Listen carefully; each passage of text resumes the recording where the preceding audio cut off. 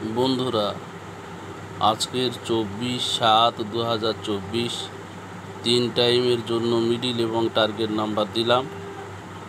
আপনারা এই মিডিল এবং টার্গেট নাম্বারে টিকিট কাটবেন।